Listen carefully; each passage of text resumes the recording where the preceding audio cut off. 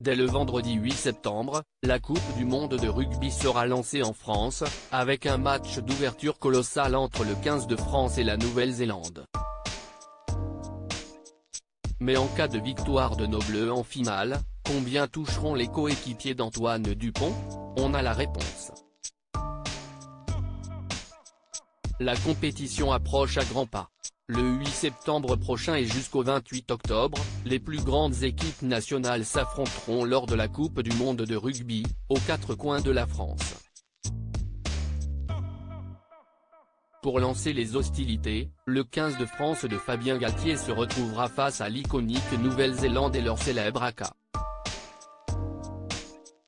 Un match d'ouverture très attendu par les supporters, qui aura lieu le vendredi 8 septembre au Stade de France, à Saint-Denis.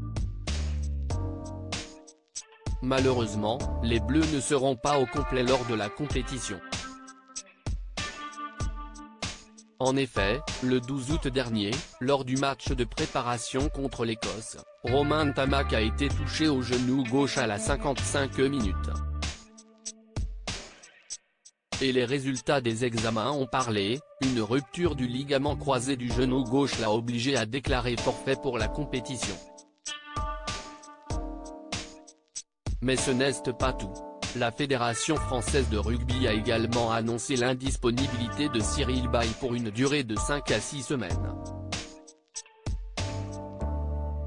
Le joueur souffre d'un décollement musculo-aponevrotique du gastrocnémien interne, mollet droit, et devrait manquer, à minima, les 2 premiers matchs de la Coupe du monde.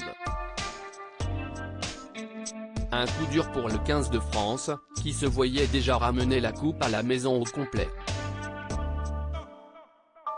Quel gain pour les Bleus en cas de victoire en Coupe du monde?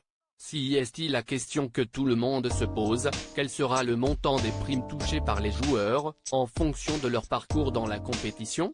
Ces derniers jours, comme le relaye la dépêche, le sujet est arrivé sur la table lors d'une discussion entre certains joueurs, notamment le capitaine Antoine Dupont, et les dirigeants de la FFR. Et la réponse a enfin été donnée, chacun des 33 Bleus sélectionnés pour la compétition percevra, en cas de titre mondial, une prime d'un montant d'un peu moins de 200 000 €, selon nos confrères de Midi Olympique.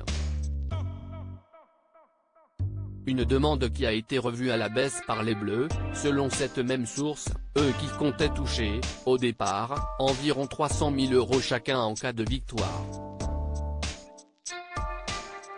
Enfin, selon un accord négocié lors d'un stage des joueurs à Monaco, il a été décidé qu'une prime moins élevée serait mise en place en cas de défaite en finale de Coupe du monde. En revanche, en cas d'élimination dès les demi-finales, précise Midi Olympique, les Bleus ne toucheront aucune prime d'objectif. On sait ce qu'il leur reste à faire.